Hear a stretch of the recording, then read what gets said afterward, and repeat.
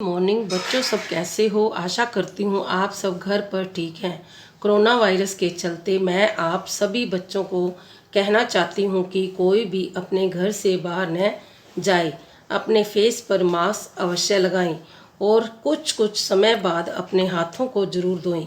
अगर आप किसी से भी मिलते हैं तो कम से कम 1 मीटर की दूरी बनाकर रखें। घर पर ही रहें, सुरक्षित रहें। आप सभी का विज्ञान की क्लास में स्वागत है। लेसन 8 कोशिका संरचना एक पर कार्य। आप अपनी पिछली कक्षाओं में पढ़ चुके हैं कि हमारे आसपास की वस्तुएं या तो निर्जीव हैं अथवा या सजीव। साथ ही आपको यह भी स्मरण होगा कि सभी सजीव कुछ मूलभूत कार्य संपादित करते हैं। क्या आप इन कार्यों की सूची तैयार कर सकते हैं? विभिन्न अंगों के समूह विभिन्न कार्य संपादित करते जो आपके द्वारा सूचीबद्ध किए गए हैं। इस अध्याय में आप अंगों की संरचनात्मक मूलभूत इकाई के बारे में पढ़ेंगे जो कोशिका कहलाती है। कोशिका की तुलना हम भवनों में लगी ईंटों से कर सकते हैं। जिस प्रकार विभिन्न ईंटों को जोड़कर भवनों को बनाया जाता है, उसी प्रकार विभिन्न कोशिकाएं एक दूसरे से जुड़कर प्रत्येक सजीव के शरीर को बनाती है। 8.1 कोशिका की खोज। सन 1665 में रॉबर्ट हुक ने कार्क के स्लाइस का सामान्य आवर्धक यंत्र की सहायता से अध्ययन किया। कार्क पेड़ की छाल का एक भाग है। उन्होंने कार्क की पतली स्लाइस ली और उसका सूक्ष्मदर्शी की सहायता से अवलोकन किया। उन्होंने कार्क की स्लाइस में अनेक विभाजित अथवा कोष्ठयुक्त बक्से देखे। चित्र 8.1 में बक्से मधुमक्खी के छत्ते की भांति दिखाई दिए। विभाजन पट्टी अथवा दीवार द्वारा अलग है। हुक ने प्रत्येक कोष्ठ बॉक्स नुमा संरचनाएं मृत कोशिकाएं थी।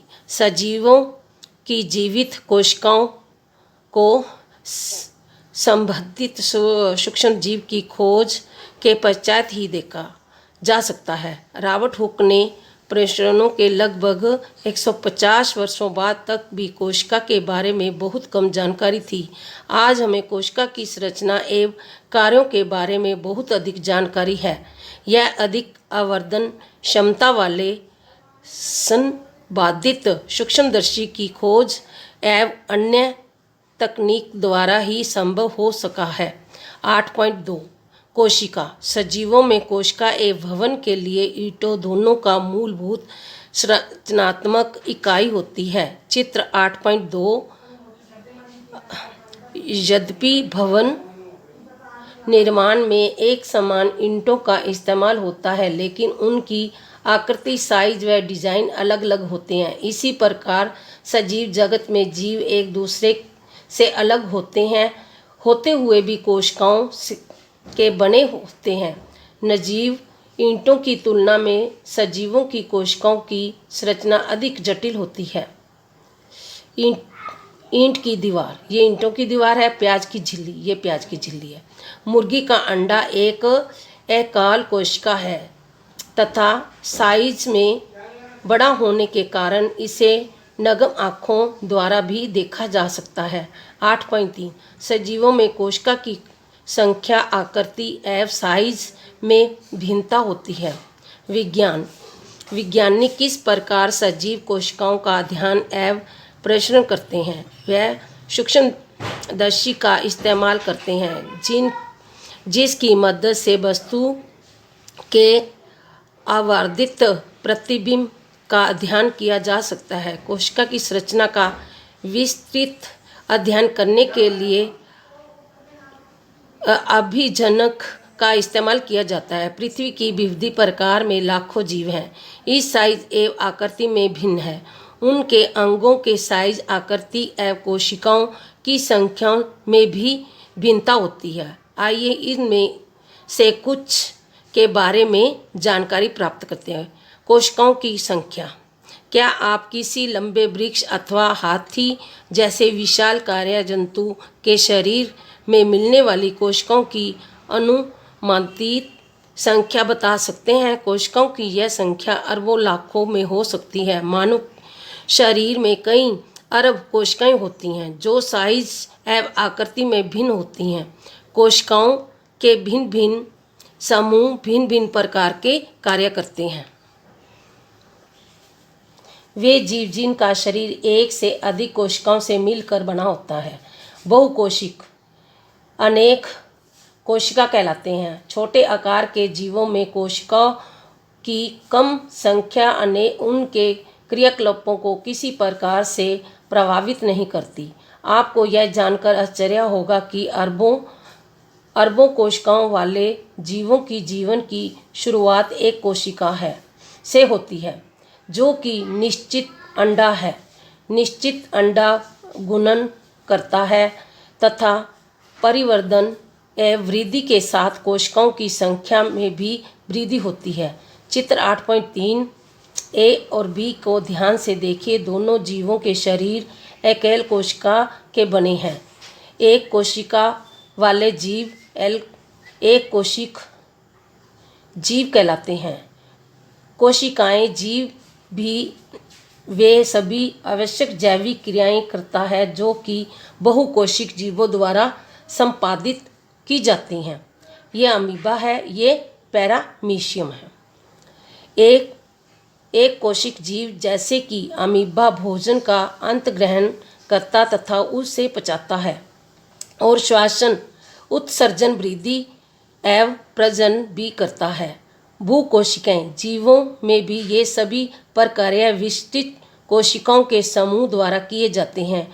कोशिकाओं के ये समूह ऊतक का निर्माण करते हैं तथा विभिन्न ऊतक एक साथ मिलकर अंगों का निर्माण करते हैं। क्रियाकलाप 8.1 कोशिका की आकृति। चित्र 8.3 को ध्यान पूर्वक देखिए। चित्र में दिखाए गए अमीबा की आकृति का वर्णन आप किस प्रकार करोगे? आप कह सकते हैं कि अमीबा की आकृति नियमित है। वास्तव में अमीबा की कोई अनुचित आकृति नहीं होती। आप अपनी आकृति को लगातार बदलता रहता है। इसके शरीर से बाहर की तरफ परिवर्तित लंबाई में परिवर्तन उभरते हुए नजर आते हैं। ये परिवर्तन पादाब कहलाते हैं। जैसे कि आप अपनी पिछली कक्षा में पढ़ चुके हैं, यह पादप भोजन का अधिग्रहण करते समय अथवा गति के समय बनते एवं बिगड़ते रहते हैं।